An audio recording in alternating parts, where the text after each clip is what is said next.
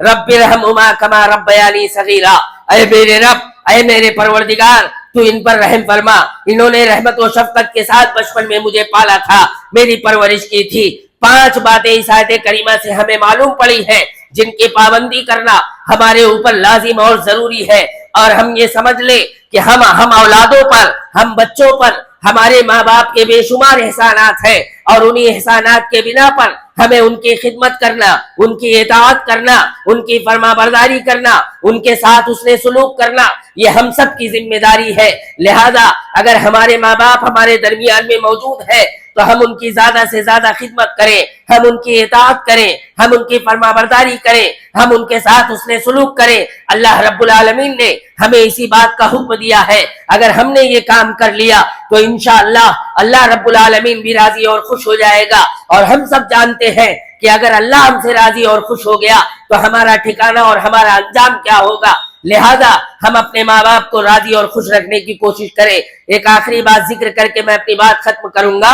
اللہ رب العالمین نے سورہ لقمان میں فرمایا وَوَصَّيْنَا الْإِنسَانَ بِوَالِدَيْهِ حَمَلَتْهُ أُمُّهُ وَهْنًا عَلَى وَهْنٍ وَفِصَالُهُ فِي عَامَيْنِ أَنِ اشْكُرْ لِي وَلِوَالِدَيْكَ إِلَيَّ الْمَصِيرُ وَإِنْ جَاهَدَاكَ عَلَى أَن تُشْرِكَ بِي مَا لَيْسَ لَكَ بِهِ عِلْمٌ فَلَا تُطِعْهُمَا وَصَاحِبْهُمَا فِي الدُّنْيَا مَعْرُوفًا وَاتَّبِعْ سَبِيلَ مَنْ أَنَابَ إِلَيَّ ثُمَّ إِلَيَّ مَرْجِعُكُمْ فَأُنَبِّئُكُم بِمَا كُنتُمْ تَعْمَلُونَ۔ ان آیات کے اندر اللہ رب العالمین نے انسانوں کو تاکیداً حکم دیا ہے کہ وہ اللہ تعالیٰ کا اور والدین کا شکر گزار ہو۔ یہاں بھی اللہ رب العالمین نے سب سے پہلے اپنا شکر بجا لانے کا حکم دیا۔ جس طرح اللہ کے ہمارے اوپر بے شمار احسانات ہیں، انہی احسانات کے بنا پر اللہ کی عبادت کرنا، اللہ کی اطاعت کرنا، اللہ کی فرما برداری کرنا، یہ ہمارے اوپر لازم اور ضروری ہے۔ بالکل اسی طرح سے ہمارے والدین کے بھی ہمارے اوپر بے شمار احسانات ہیں، اور انہی احسانات کے بنا پر والدین کی خدمت کرنا، ان کی اطاعت کرنا، ان کی فرما برداری کرنا، ان کے ساتھ حسن سلوک کرنا، یہ ہمارے اوپر لازم اور ضروری ہے۔ اس بات کا حکم اللہ نے ہمیں حکم دیا ہے۔ اور اسی طریقے سے اسی آیت کریمہ کے اندر اللہ نے ایک اور بات کی وضاحت کر دی کہ اگر ہمارے ماں باپ مسلمان نہیں ہیں، کافر ہیں، مشرک ہیں، وہ ہمیں اللہ کی نافرمانی کا حکم دیتے ہیں تو ہم کیا کریں گے؟ اگر ہمیں ہمارے ماں باپ اللہ کی نافرمانی کا حکم دیں گے تو ہم ان کی اطاعت نہیں کریں گے۔ اللہ کی نافرمانی میں کسی کی اطاعت نہیں ہے۔ اللہ کے رسول صلی اللہ علیہ وسلم نے فرمایا تھا لا طاعت لأحد فی معصیت اللہ انما الطاعت فی المعروف۔ اللہ کی معصیت میں، اللہ کی نافرمانی میں کسی کی اطاعت نہیں ہے، اطاعت صرف اور صرف نیکی میں ہے۔ تو اگر ہمارے ماں باپ ہمیں اللہ کی نافرمانی کا حکم دیں گے تو ہم ان کی اطاعت نہیں کریں گے، لیکن ہاں پھر بھی اگرچہ وہ کافر ہے، مشرک ہے، پھر بھی ہمیں ان کے ساتھ حسن سلوک کرنا ہے، پھر بھی ہمیں ان کے ساتھ اچھا برتاؤ کرنا ہے، صرف اور صرف اللہ کی نافرمانی میں ان کی اطاعت نہیں کرنی ہے۔ حضرت اسماء بنت ابی بکر رضی اللہ تعالی عنہا نبی صلی اللہ علیہ وسلم کے پاس آتی ہے اور کہتی ہے اے اللہ کے رسول صلی اللہ علیہ وسلم، میرے پاس میری ماں آئی ہوئی ہے اور وہ میرے مال میں رغبت رکھتی ہے اور وہ مشرکہ میں سے ہے، تو کیا میں ان کے ساتھ صلہ رحمی کروں؟ تو اللہ کے رسول صلی اللہ علیہ وسلم نے فرمایا ہاں تو ان کے ساتھ صلہ رحمی کر۔ تو اس سے معلوم ہوا کہ اگرچہ ماں باپ کافر ہے، مشرک ہے، پھر بھی ان کے ساتھ حسن سلوک کرنا ہے، پھر بھی ان کے ساتھ اچھا برتاؤ کرنا ہے، صرف اور صرف اللہ کی نافرمانی میں ان کی اطاعت نہیں کرنی ہے۔ لہذا ہم سب کی ذمہ داری ہے کہ ہم سب اپنے ماں باپ کے ساتھ حسن سلوک کریں، ان کے ساتھ اچھا برتاؤ کریں۔ یہ کچھ باتیں میں نے مختصر وقت میں آپ کے سامنے رکھی۔ ان باتوں کے بیان کرنے کا مقصد یہ ہے کہ آج سماج کی، معاشرے کی جو سچویشن ہے، جو حالت ہے، ہم سب بہت سارے لوگ اس سے واقف ہوں گے کس انداز میں، بلکہ بعض ایسے لوگ ہیں جو نمازوں کی پابندی کرتے ہیں، ماں باپ کو راضی اور خوش نہیں رکھتے، جو معاشرے میں دوسرے لوگوں کے لیے رفاہی کام کرتے ہیں، فاؤنڈیشن اور تنظیمیں چلا کر کے ایک دوسرے کے سپورٹ کے لیے لاکھوں کروڑوں روپے خرچ کرتے ہیں۔ ایسے لوگ بھی اپنے ماں باپ کو بے یار و مددگار، لاچار اور مجبور چھوڑے ہوئے ہیں۔ یاد رکھیے گا، کہا جاتا ہے سب سے بہترین صدقہ، سب سے بہترین تعاون وہ ہے کہ جو پہلے اپنے قرابت داروں پر خرچ کیا جائے۔ لہذا آپ کے تعاون کا، آپ کے سپورٹ کا، آپ کی مدد کا سب سے پہلے آپ کے والدین حقدار ہے۔ لہذا پہلے آپ اپنے گھر میں اپنے لوگوں کو راضی اور خوش رکھیں، اور جب آپ کے اطراف میں سارے لوگ آپ سے راضی اور خوش ہے پھر آپ معاشرے اور سماج کے لیے کام کریے، ورنہ آپ گھر میں اپنے لوگوں کو ناراض چھوڑیں اور باہر کام کریں تو اس سے یہی سمجھ میں آتا ہے کہ گویا کہ آپ ریاکاری کرنا چاہتے ہیں، آپ یہ چاہتے ہیں کہ سماج کے لوگ میری تعریفیں کریں، میرے نام کا چرچا ہو، میرا رتبہ بلند ہو۔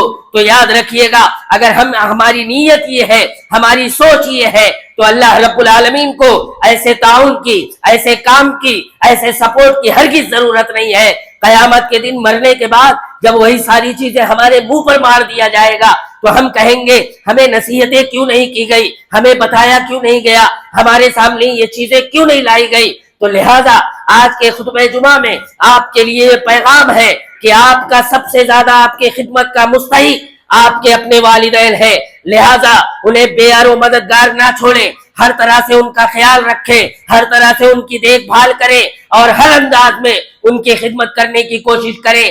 اگر ماں باپ راضی اور خوش ہو گئے تو اللہ رب العالمین بھی راضی اور خوش ہو جائے گا۔ لہذا ہم سب اپنے والدین کو راضی اور خوش رکھیں، ان کی خدمت کریں، اور والدین کو بھی چاہیے کہ وہ بھی اپنے بچوں کی اس انداز میں پرورش اور تربیت کریں کہ جب بڑھاپے کی عمر کو پہنچے تو یہی بچے ان کے بڑھاپے کا سہارا اور ذریعہ بنے، یہی بچے ان کے بڑھاپے کا لاٹھی بنے۔ ایسا نہ ہو کہ آپ کھانے کمانے میں لگے رہے اور بچوں کی پرورش اور تربیت پر دھیان نہ دے۔ ان کی پوری تربیت، ان کی دیکھ بھال ہماری ذمہ داری ہے۔ اللہ کے رسول صلی اللہ علیہ وسلم نے فرمایا کلکم راع وکلکم مسئول عن رعیتہ، کہ ہر شخص اپنے گھر کا ذمہ دار ہے، اپنے گھر کا نگراں ہے، اس کی ذمہ داری کے بارے میں، اس کی نگرانی کے بارے میں قیامت کے دن اس سے سوال کیا جائے گا۔ اگر ہم اپنے گھر کی صحیح دیکھ بھال نہیں کریں گے تو اللہ کے ہمیں اس کا بھی جواب دینا ہے۔ لہذا ہم ان تمام باتوں کو اپنی زندگی میں نافذ کرنے کی کوشش کریں، ایسا نہ ہو کہ یہاں سے سنے اور باہر نکلنے کے بعد ساری چیزوں کو فراموش کر دے۔ اللہ رب العالمین سے دعا ہے کہ اللہ تعالی ہم تمام لوگوں کو ان تمام کہی ہوئی باتوں کو اپنی زندگی میں نافذ کرنے کی توفیق عنایت فرما۔ اے اللہ جن کے والدین باحیات ہیں، اے اللہ ہم اولادوں کو توفیق دے کہ ہم ان کی زیادہ سے زیادہ خدمت کریں۔ اے اللہ اگر ہم میں سے ہمارے کوئی بھائی یا بہن اپنے ماں باپ سے ناراض ہے، روٹھے ہوئے ہیں، تو اے اللہ تو ہمیں یہ توفیق دے کہ ہم اپنے ماں باپ کو راضی اور خوش کر لیں۔ اے اللہ جن کے والدین بیمار ہیں، اے اللہ انہیں شفائے کاملہ عاجلہ عطا فرما۔ اے اللہ جن کے والدین پریشان ہیں، اے اللہ تو ان کی پریشانیوں کو دور فرما۔ اے اللہ جن کے والدین اس دنیا سے وفات پا چکے ہیں، اے اللہ ان کی مغفرت فرما۔ اے اللہ انہیں عذاب قبر سے محفوظ رکھ، اور اے اللہ انہیں جنت الفردوس میں اعلیٰ مقام عطا فرما۔ اے اللہ اسلام اور مسلمانوں میں اتحاد و اتفاق پیدا فرما۔ اے اللہ ہم مسلمانوں کی غیبی مدد فرما۔ اے اللہ جہاں کہیں پر بھی اسلام اور مسلمانوں کے خلاف ناپاک اور بدترین پروپیگنڈے تیار کیے جا رہے ہیں، اے اللہ تو ان کے ناپاک اور بدترین پروپیگنڈوں کو ناکام کر دے، اور اے اللہ دنیا اور آخرت دونوں جہان میں اسلام اور مسلمانوں کو سرخروئی عطا فرما۔ اے اللہ اگر ہم میں سے ہمارا کوئی بھائی پریشان ہے تو اے اللہ ان کی پریشانیوں کو دور فرما۔ اے اللہ جو قرض کے بوجھ سے دبے ہوئے ہیں، اے اللہ تو ان کے قرض کے بوجھ کو کسی نہ کسی کے ذریعے ادائیگی فرما۔ اے اللہ جو بیمار ہے، اے اللہ انہیں شفائے کاملہ عاجلہ عطا فرما۔ اے اللہ جب تک اس دنیا میں ہم باقی رہے اسلام پر باقی رہے، اور اے اللہ جب ہمارا خاتمہ ہو تو ایمان بالخیر پر ہو۔ آمین وآخر دعوانا الحمدللہ رب العالمین۔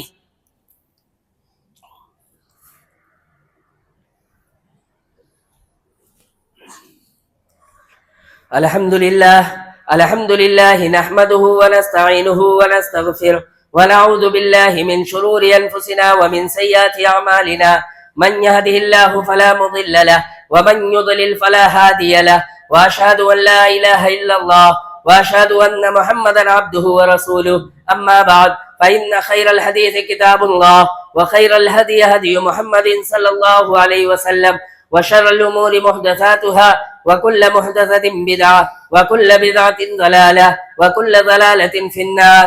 أعوذ بالله من الشيطان الرجيم، بسم الله الرحمن الرحيم، إن الله وملائكته يصلون على النبي يا أيها الذين آمنوا صلوا عليه وسلموا تسليما۔ اللهم صل على محمد وعلى آل محمد كما صليت على إبراهيم وعلى آل إبراهيم إنك حميد مجيد۔ اللهم بارك على محمد وعلى آل محمد كما باركت على إبراهيم وعلى آل إبراهيم إنك حميد مجيد۔ عباد الله رحمكم الله، إن الله يأمر بالعدل والإحسان وإيتاء ذي القربى وينهى عن الفحشاء والمنكر والبغي يعظكم لعلكم تذكرون اذكروا الله يذكركم وادعوه يستجب لكم ولذكر الله تعالى أولى وأتم وأجل وأكبر